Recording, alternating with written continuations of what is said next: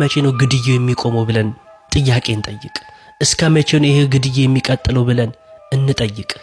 ሰላም እንዴት ናችሁ? ውድ የዩቲዩብ ቤተሰቦች እንኳን ወደዚህ ዩቲዩብ ቻናል በደህና መጣችሁ። ዛሬም እንደተለመደው እንማማርባችኋለን ብዬ ያሰብኳቸውን ቪዲዮዎች ይዤ መጥቻለሁ።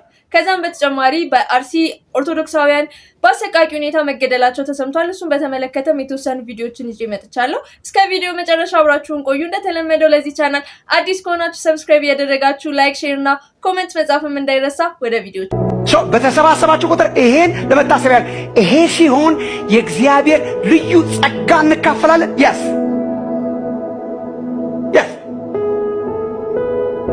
አለው ልዩ ጸጋ።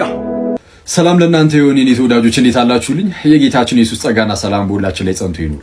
አሁን የሰማችኋቸው ዶክተር ማሙሻ ይባላሉ። የተከበሩ የፕሮቴስታንት መምህር ናቸው እና ሲናገሩ እንደሰማችኋቸው ስለ ቅዱስ ቁርባን ነው የሚናገሩት፣ ወይም ስለ ጌታ እራት እንዲህ አሉ። ለመታሰቢያ እንዲሆን ተሰጥቶናል፣ ግን በዛ ውስጥ የተለየ ጸጋ፣ ልዩ የሆነ ጸጋ ግን አለ። ልዩ የሆነ ጸጋ እንቀበላለን አሉ። ይህንን የዶክተር ማሙሻ ንግግር ያዝ አድርጉትና አንድ የሙሉ ወንጌልና ሳይቻቸው አንድ ነገር ላንሳ። ሙሉ ወንጌል ደግሞ መሰረታዊ የክርስትና ትምህርት የመምህራን መምሪያዋ ላይ ማለት ነው፣ መሰረታዊ ክርስትና ትምህርት ማስተማሪያዋ ላይ እንዲህ ብላ ጽፋለች። ገጽ 203 ተመልከቱ፣ ያሰመርኩበትን ቦታ። እነዚህም የጥምቀትና የጌታ እራት ስርዓቶች ናቸው ካለች በኋላ በስርዓቶቹ ውስጥ የሚገኝ የተለየ ጸጋና በረከት የለም። ያም ሆኖ ግን ለጌታ ፍቅርና ትእዛዝ ሲባል ብቻ የሚደረግ ነው ትላለች።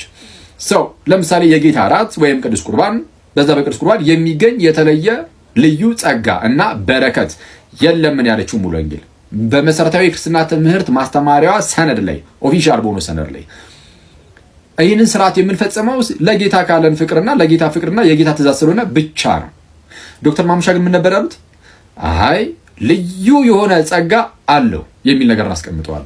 አሁን ይህ ልዩነት በሉትራንና በጴንጤኮስታል ወይም በሆነ ዲኖሚኔሽንና በሆነ ዲኖሚኔሽን አይደለም፣ በዛው በፕሮቴስታንት ውስጥ ሆኖ ማለት ነው። ይልቁንም እዛው ጴንጤ ውስጥ ሆኖ ጴንጤ ለጴንጤ ነው ቅዱስ ቁርባን ላይ አሁን ልዩነት እያሳየን ያለው። ሁለቱም ጴንጤዎች ናቸው። ቅዱስ ቁርባን እውነተኛ የጌታ ስጋና ደም መሆኑን ወይም የጌታ እራት እውነተኛ የጌታ ስጋና ደም መሆኑን ዶክተር ማሙሻም ሙሉ ወንጌልም ሁለቱም ይክዱታል። ዶክተር ማሙሻም እንደዛ ሲሉ ስለነበር በቃ ስጋውማ ራሱ ጋር ነው ህብስቱን የሰጣቸው አይነት ነገር ሲናገሩ ነበር። ዛሬ ላይቭ ላይ ገብተን እናየዋለን።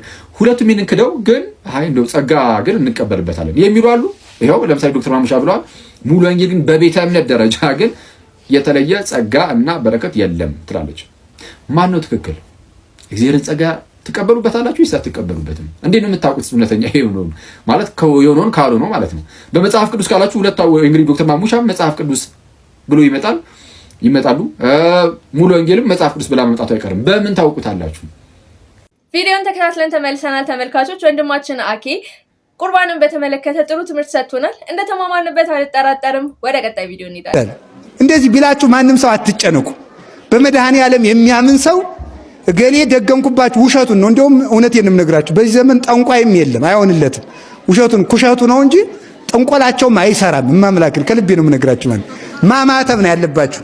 በጌታዬ በኢየሱስ ክርስቶስ ትምህርተ መስቀል ካላችሁት ሁሉ ይሻላል። ስለዚህ ተመልከቱ፣ ድግምት ሆነ እባካችሁ አጋንንት ስሙን ብለው ጸለዩ ጠንቋዮቹ። አይ ሌላ ሰው ያዙ ብትሉን እንመጣ ነበረ፣ ግን ለአርሴማ ሲሆን አንመጣም አሏቸው። እሷን ለመያዝ እንኳን አይሆንልንም። ለሌላ ሰው ሲሆን ሴቲቱ በወንድ ፍቅር አይምሮዋን እንድታጣ፣ ወንዱ በሴት ፍቅር አይምሮውን እንዲያጣ ማድረግ እናውቅበት ነበረ። በሴት አድረን ወድን ከክብር ማሳነስ፣ በወንድ አድረን ሴትን ከክብር ማሳነስ እናውቅበት ነበር። የእርሷን ስም ከጠራችሁ ግን አንመጣም ብለው አጋንንቱ መልሰው ለጠንቋዮቹ መልስ ሰጡ። እዚያ ምን ይደረግ ተብሎ ሌላ ምክር ደግሞ መጣ። ምን እናድረጋት ይችን ሰው አገራችን በሙሉ እኮ አሳተችው ተባለ። አይ ከጣዖቱ ምኩራብ ትግባና ጣዖቶቻችን ሰብረው ይጥሏታል፣ ሁለት ነው የሚሰነጥቋት ተባለ። ገባች። አንተ እንውዘ ልብ እንጨት እኮ ነው ይሄ። አንተ ራስህ የጠረብከው እኮ ነው። አይን እያለው የማይ፣ ጆሮ እያለው የማይሰማ፣ አፍንጫ እያለው የማይሸት፣ ስለዚህ ለዚህ ነው የምትሰግድ። ውሰደኛል። ከዚያ ሰደዳት። እዚያ ሲሰዱ ጣዖታቱ በሙሉ ተሸፍኖ እንጨት እኮ ነው ውስጡ። ግምጃውን ተሸፍኖ ለሰይ ሰማዩ መምህራነ ወያምሩ መጻሕፍተ ቅዱሳተ ኢፉድፉዳን እምንቱ እንዳጎኖሙ ለሰባዛጦን ይላል አባ ጊዮርጊስ ጋስጫ። ይሄንን ለሊቃውንቱ ነግሬያቸዋለሁ። ለእናንተ ምን ያደርግላችኋል? ሰምተውኛል። ከነደዳችሁ ግዕዝ መማር ነው አልን ማምላክን አልነግራቸውም ይሄን። ስለዚህ እዚያ ታጅሮ ተከናንቦ ተሸፋፍኖ እዚያ ይውላል። እዚያ በኋላ እየተሰገደለት እንደዚያ ተሸፋፍኖ ሲሆን ቅድስት አርሴማ በጌታዬ በኢየሱስ ክርስቶስ ስም እያለች ስትገባ ጣዖታቱ በሙሉ እንክት ስብር ስብር እያሉ ወደቁ። ስለዚህ ተመልከቱ፣ ግማሹም ሰጠመ፣ ግማሹም አፈር በላው። ቆይ ከዚያ በኋላ ንጉሱ ቢጨንቀው በማታለል ልሞክር ብሎ ነይ እስቲ ቆይ ግን አንቺ ምን አድርግ ነው የምትይኝ አለ። ምንም አድርጎ አላለችም እኮ እሷ አድርጉ ብላ ሳይሆን እነሱ ናቸው ንጉሱን ካላገባሽ ምን አድርግ በጌታዬ በኢየሱስ ክርስቶስ ስም እመን አለችው።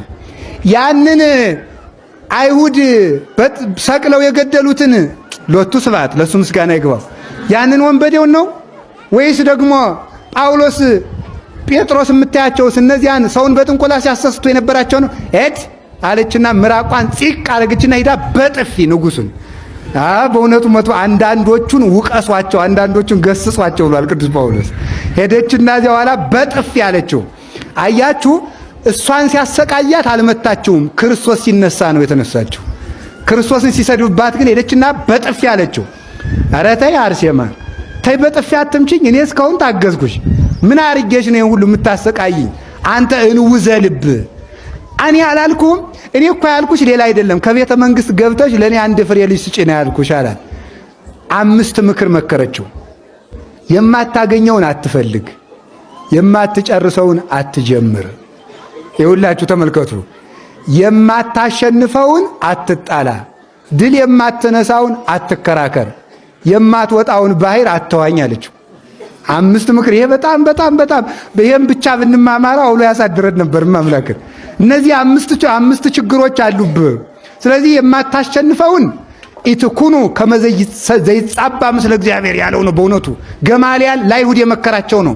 ከእግዚአብሔር ጋር እንደሚጣላ አትሁኑ። ከቅዱሳን ጋር ስትጣሉ ከክርስቶስ ሰማዕታት ከክርስቶስ ሐዋርያት ጋር ስትጣሉ የምትጣሉት ከክርስቶስ ጋር ነው አለ የሐዋርያት ሥራ ምዕራፍ 5 ላይ። ከክርስቶስ ቅዱሳን ጋር የሚጣላ ሰው ከክርስቶስ ጋር ነው የሚጣላው። ስለዚህ የማትጨርሰውን አትጀምር አለችው። ይሄንን አይ እንግዲህ የማይሆን ከሆነ ሰማዕታቱን በሙሉ እሷ እንድትፈራ ሌሎችን መጀመሪያ ገደሏቸው አለ። 27ቱን በአንድ ቀን ሁሉንም ገደሏቸው፣ በሰይፍ እያሉ ማለት ነው። በሰይፍ እያሉ ሲገድሏቸው ከዚያ በኋላ ቅድስት አርሴማ ሄደችና አንገታቸውን ሲቆርጡት የሰማዕታቱ አንገት በአየር ላይ ቀጥ ብሎ ለአንድ ሰዓት ይቆይ ነበር፣ የክርስቶስ ምስክር መሆኑን ለማሳየት። ያንን ትቀበልና እሷ ከአንገታቸው ጋር ስታገናኘው ሰይፍ እንዳላረፈበት መልሶ ይጋጠም ነበረ። ይህንን አይተው ይህንን ታምር ሲያዩ ወታደሮች እኛም በነ ቅድስት አርሴማ አምላክ አምነናል እያሉ ደግሞ መሰከሩ። አዎ የክርስቲያን ደም ዘር ነው ያልኳችሁ ስለዚህ ነው። የክርስቲያን ደም ዘር ነው። ወታደሮቹ በጥቅላላ እኛም በቅድስት አርሴማ አምላክ አምነናል እያሉ ተከተሉ። ከዚህ በኋላ እንግዲህ ምን ይደረግ ተባለ። አይ ይችን ሰው ምን እናርጋት? የባስ ጸለያ እንዳታጠፋ እንፈራለን አሉ። እንዲያውም እንተርክልህ አሉና ንጉሥ መሳፍንቱ ቁጭ አሉና ቀድሞም ጊዮርጊስ የሚባል ሰው ተነስቶ እንደኛ ያሉ ነገስታትን 70 ነገስታትን አጥፍቷል። ደግሞ ይች እንዳታጠፋን በጊዜ እናጥፋት አሉ። ይሄ ምን ይላል? ጊዮርጊስ የምትለው ደግሞ እሱ ምንድነው አለው። አይ እንግዲያስ እንደውም እኔውም ማምነዋለሁ ደግሞ እንደውም አሉና ደግሞ ተመልከቱ፣ ከወታደሮቹ አሁንም ከፍሌዎቹ በቅዱስ ጊዮርጊስ ስም አመኑ። ገና በታሪኩ ሲጠቀስ ነው። መጨረሻ ላይ ቅድስት አርሴማን ምናድርጋት ሲባል ወደ ወስዳችሁ አንገቷን በሰይፍ ብላችሁ ግደሏት አለ። ሩጫዋን ስትጨርስ ነው። ይህን ሁሉ አባታችንን አባ ገብረ ኪዳንን ቃልዮት ያሰማልን፣ የአገልግሎት ዘመናቸውን ይባርክልን። ጥሩ ትምህርት ሰጥተውናል፣ እንደተማማንበት አልጠራጠርም። ወደ ቀጣይ ቪዲዮ እንሄዳለን። እግዚአብሔር ቀን ይዋያችሁ። እንደ ቁራ ካሉ ስግብግቦች ነጥቄ ሰጣችኋለሁ እኮ እያለ እኮ ከተንገበገቡ ሰዎች እንደውም ከማይወጣ ቁራ እኮ የገዛ ልጆቹን አያሳድግም።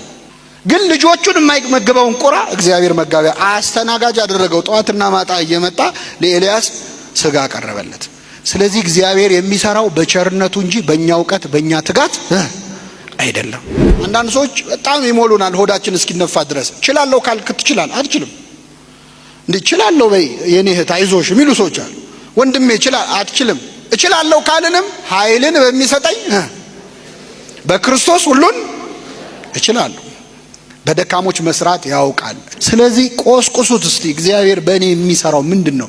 ምን ፈልገን የፈጠርከኝ እዚህ ምድር ላይ ያመጣኝ? በእኔ ምንድነው እቅድ? በማይረቡ ሰዎች ስትሰራ ይቻለሁ። ከኔ በላይ የማይረባ የለም። ታዲያ በእኔ ላይ ለምን አትሰራም? እስራኤልን ከግብፅ ነፃ ያወጣው ነቢዩ ማን ነው? ሙሴ ነው። ሙሴ ኮልታፋ የእግዚአብሔር ቀን አይገርማችሁ? ኮልታፋ ሰው አሁን አፈ ጉባኤ ይሆናል ለምክር ቤት። እግዚአብሔር ግን አፈ ጉባኤ አድርጎ የመረጠው ኮልታፋው። ያንተ ምላስ ለኔ ምንም አይሰራም ነው። ሙሴ ደና ጉልበት እያለው አልሰራበትም። እግዚአብሔር 40 ዓመት ሙሉ በበረሃ በምድረ በዳ ኖረ። 80 ዓመት ሲሞላው እግዚአብሔር ሕዝቤን ነፃ አውጣለሁ። ስንት ዓመት ሲሞላ? መቼ ነው የሰራበት? እጸጳጦስ እግር ስር ወድቆ ሲደፋ ነው። ምድረ በዳ ላይ ሄዶ በረሃብ ሲቆላ ሲጾም መከራ ሲያይ ያኔ ሕዝቤን ነፃ አውጣለሁ። እግዚአብሔር ስራ የሚሰራው በእኛ እውቀት እንዳይመስለን፣ በእኛ ጉልበት እንዳይመስለን። እፉኝት የተባለች እባብ ሰው ትናደፍና ዘላ ውሃ ውስጥ ትገባለች፣ መርዙን ከሰውነቷ ለማውጣት ማለት። እናንተም ክፉ ስራ ሰርታችሁ ሰው ተናድፋችሁ ልትጠመቁ ወደ ዮርዳኖስ ወንዝ መጣችሁ። እናንተ የፉኝት ልጆች ከሚመጣው ቁጣ እንድትሸሹ ማን አስተማራችሁ ብሎ ገስጿቸዋል። የሌላውን ድክመት የሌላውን ውድቀት እያየ የራስን በጎ ስራ የምታወራ ከሆነ ምድብ ከፈሪሳውያን ጋር ነው። እኛንን እኮ ቤተክርስቲያን ያሰራ ነው ብለው ሃይማኖት የቀየሩ ሰዎች አሉ። ለምን? ከስራ በፊት መሰራት ያለበት ሰውየው ነው አይደል? እያንዳንዳችን ውስጥ ያስቀመጠው ጸጋ አለ። እንድታነሳሳው እመክራለሁ። ከ12 ሐዋርያት 11 የገጠር ሰዎች ናቸው። የሰሜን እስራኤል የገሊላ ሰዎች ናቸው። ከ12 11 የገጠር ሰዎች፣ አንድ ነው የከተማ ሰው ያለ። እሱም ይሁዳ ነው። ይቅርታ አድርጉልኝ አዲስ አበባ ልጆች፣ ይሁዳ ነው የከተማ ልጅ። ኃይሌ በድካምህ ይገለጣል ብሎታል። እስኪ በሉ ኃይሌ በድካምህ ተዘከረ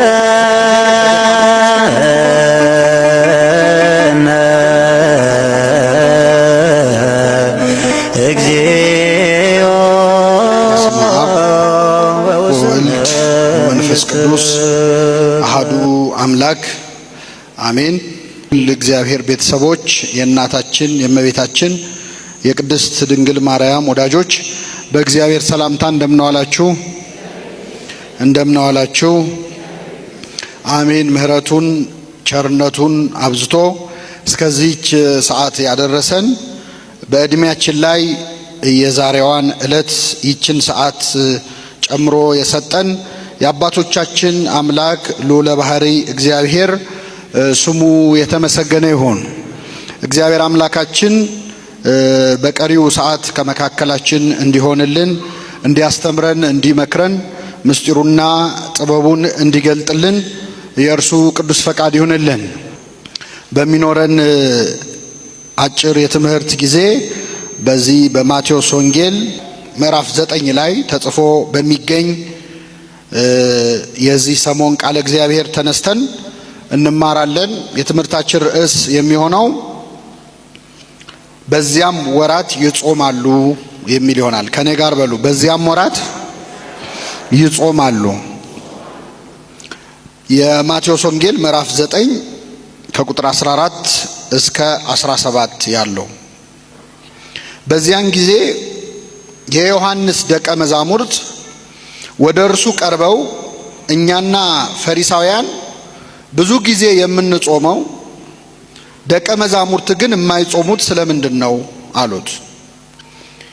ኢየሱስም እንዲህ አላቸው፣ ሚዜዎች ሙሽራው ከነርሱ ጋር እያለ ሊያዝኑ ይችላሉን? ነገር ግን ሙሽራው ከነርሱ የሚወሰድበት ወራት ይመጣል፣ በዚያም ጊዜም ይጾማሉ። ባረጀ ልብስ አዲስ እራፊ። ወንድማችን ዲያቆን ሄኖክ ጥሩ ትምህርትን ሰጥቶናል። እንደተማማርንበት አልጠራጠርም። ሀሳብ አስተያየቶቻችሁን ኮሜንት ላይ ያስቀምጡልኝ። ወደ ቀጣይ ቪዲዮ እንሄዳለን። ቀጣይ ቪዲዮአችን የሚሆነው ከሰሞኑ በአርሲ ኦርቶዶክሳውያን በአሰቃቂ ሁኔታ ተገለዋል። እሱም በተመለከተ ሶሻል ሚዲያ ላይ ብዙ ነገሮች ሲዘዋወሩ ነበረ። ከነሱ ውስጥ የተወሰኑትን ተከታትለን እንመለስ። በስመ አብ ወወልድ ወመንፈስ ቅዱስ አሐዱ አምላክ አሜን። ከኢትዮጵያ ኦርቶዶክስ ተዋሕዶ ቤተክርስቲያን ቋሚ ሲኖዶስ የተሰጠ መግለጫ በኦሮሚያ ብሔራዊ ክልላዊ መንግስት በምስራቅ አርሲ ዞን አስተዳደር በጉና በመርቲ በሸርካና በሆሎንቆ ዋቢ ወረዳዎች ውስጥ በሚገኙ የኢትዮጵያ ኦርቶዶክስ ተዋሕዶ ቤተክርስቲያን እምነት ተከታዮች ላይ ጥቅምት 14 ለ15 ቀን 2018 ዓመተ ምህረት በጉናና መርቲ ወረዳዎች 17 ክርስቲያኖች ጥቅምት 17 ለ18 ቀን 2018 ዓመተ ምህረት በሸርካ ወረዳ 3 ክርስቲያኖች እንዲሁም ጥቅምት 18 ለ19 ቀን 2018 ዓመተ ምህረት በሆን ቆሎ ዋቤ ወረዳ 5 ክርስቲያኖች በድምሩ በጥቅምት ወር 2018 ዓመተ ምህረት ብቻ 25 ኦርቶዶክሳውያን ወገኖቻችን አገራችንና ምድራችን ብለው በሰላም በተኙበት በድንገት ማንነታቸው ባልታወቀ ታጣቂዎች በአሰቃቂ ሁኔታ እንደተገደሉና ግድያውም ከእለት ወደ እለት እየተባባሰ መሆኑን የምስራቅ አርሲ ሀገረ ስብከት ጽሕፈት ቤት የላከውን ሪፖርት ቋሚ ሲኖዶሱ የተመለከተው በከባድና ጥልቅ የሐዘን ስሜት ነው። በመሆኑም በምስራቅ አርሲ ሀገረ ስብከት እንዲህ አይነቱ አሰቃቂ ድርጊት ሲፈጸም የቆየው በተደጋጋሚ እንደመሆኑ መጠን እንዲህ አይነቱ አስነዋሪ ድርጊት በቅዱሳት መጻሕፍት ሆነ በሰው ልጅ ሰብአዊ መብት ፈጽሞ ተቀባይነት የሌለው በነጻነት የማምለክ ህገ መንግስታዊ መብትን የሚጋፋ ተከባብሮና ተቻችሎ የመኖር መንፈሳዊ እሴቶቻችንን የሚያጠፋ ክብረ ነክና ሊወገዝ የሚገባው ስነ ምግባራዊ ድርጊት በመሆኑ የኢትዮጵያ ኦርቶዶክስ ተዋሕዶ ቤተክርስቲያን ቋሚ ሲኖዶስ በጽኑ አውግዞታል።